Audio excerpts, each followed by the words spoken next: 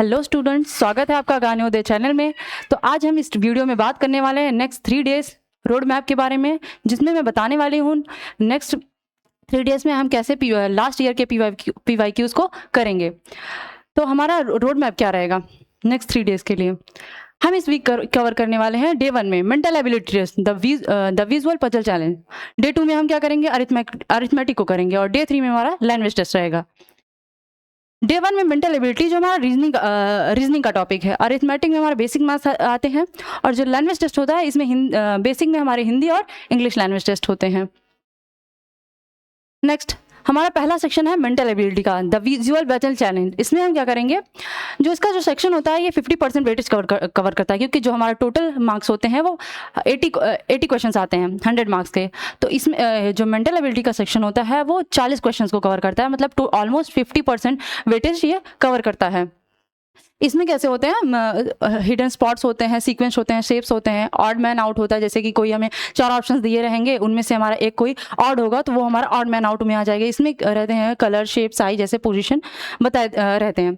Mirror image में क्या रहेगा, हमें एक इमेज दी रहेगी, उसका लेफ्ट या राइट साइड मिरर रख दिया जाएगा, उसमें पूछेगा कि हमारा इसका मिरर इमेज क्या होगा।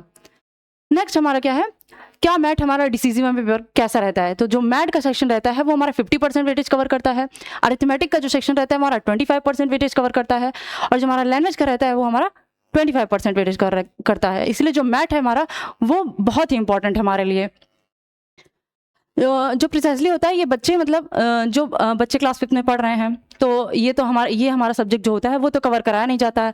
इसलिए जो मोस्ट ऑफ द स्टूडेंट्स होते हैं वो इसको जैसे कम ध्यान देते हैं। तो इस पर जो हमारा वेटेज है वो 50%, इसलिए हमें इस पर ध्यान देने की ज़्यादा ज़रूरत है। नेक्स्ट हमारा है अरिथमेटिक टेस्ट। ये क्या होता है, इसमें 25 क्वेश्चन होते हैं, 20 क्वेश्चन होते हैं 25 मार्क्स के। तो ये हमारा इसमें क्या होती है, स्पीड अरिथमेटिक रहती है। इसमें बेसिक मैथ्स आती हैं जो क्लास 5 तक के NCERT लेवल की रहती हैं। हमारा मतलब हम कैसे स्टेप बाय स्टेप चलते हैं। जैसे कि एग्ज़ाम में क्या होता है, बच्चा घबरा जाता है कि उसमें हमें सिर्फ 30 ही मिनट मिला है, 20 क्वेश्चन करने हैं, मैथ्स है, तो वो बार बार टाइम को देखते देखते जो क्वेश्चन में है वो 3 से 4 मिनट लगा लेता है, एक क्वेश्चन में 3 से 4 मिनट ले लेता है। बट ऐसा नहीं करना है, हम निंजा टेक्निक्स या वैदिक मैथ्स या शॉर्ट ट्रिक्स या एलिमिनेट करके क्वेश्चन को सॉल्व करेंगे तो जो हमारा टाइम रहेगा वो 60% सेव कर सकते हैं हम, जिससे हमें क्वेश्चन को सॉल्व करने में आसानी हो जाती है। अब कैसे हम करेंगे, जैसे कि कोई भी क्वेश्चन दिया है हमें, पहले उसको हम पहले उसको देखेंगे, ऑब्जर्व करेंगे, रीड करेंगे, उसके बाद जो हमारे ट्रिक्स हैं हम उसको लगाएंगे, और फिर हम क्वेश्चंस को ट्रैक कर लेंगे। हमारा मेन मुद्दा है कि जैसे कि कोई भी क्वेश्चन हम कर रहे हैं तो उसमें ये नहीं है कि हम सारे जितने क्वेश्चंस कर रहे हैं वो सारे क्वेश्चन सही करें, लेकिन जितने क्वेश्चन हम अटेम्प्ट दे रहे हैं वो हमारा एक्यूरेसी से सही होने चाहिए। ये नहीं कि हम सारे क्वेश्चन ही कर लें, लेकिन जितने कर रहे हैं वो हमारा एक्यूरेट होना चाहिए, सही होना चाहिए। तो ये पेरेंट्स का इंसाइट है कि जो बच्चे हैं, जैसे जिनके भी बच्चे दे रहे हैं एग्ज़ाम को, तो उनका जो वो क्या करें, बच्चों को टाइमली मॉक टेस्ट दिलाए घर पे। डेली उनको 25-20 क्वेश्चन दे दिए जाए, उनको 30 मिनट बिना किसी पॉज को डेली उनको सॉल्व कराया जाए। और स्टूडेंट का जो एम होना चाहिए वो हमारे पर क्वेश्चन को 70 सेकंड्स में सॉल्व कर देना चाहिए। मतलब इतना एवरेज रहे कि इतना टाइम वो एक क्वेश्चन को दे मॉक में। धीरे धीरे वो मॉक देता रहेगा तो उसकी हैबिट बन जाएगी। और अगर बच्चा मॉक को सॉल्व कर लेता है तो उसको सेलिब्रेट करें, प्रेज करें अपने बच्चों को।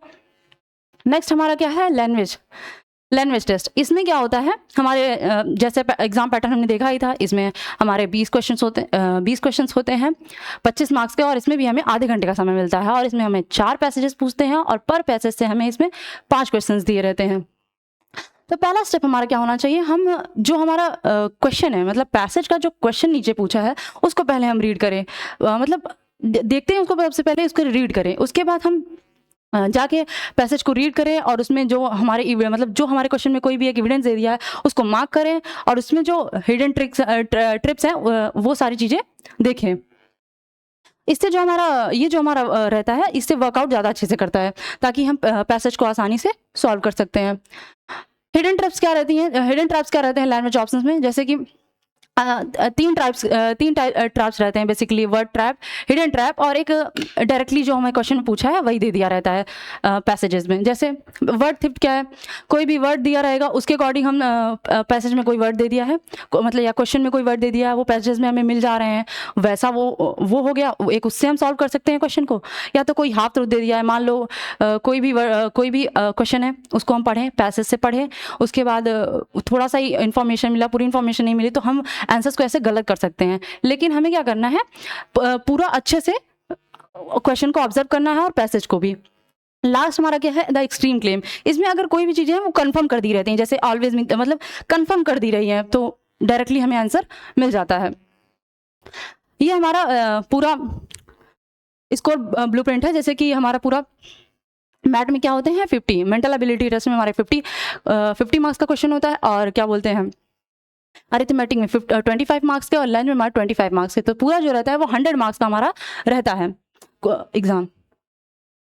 अब हमारा अगला स्टेप क्या होना चाहिए, हम अच्छे से प्रिपेयर करें। हम जो मैं नेक्स्ट डे 3 सेशंस लेने वाली हूँ PYQ को, आप उसको ध्यान से देखें और डेली PYQ सीरीज को करें और नवोदय का एग्जाम दें। Subscribe and hit the bell icon. Thank you.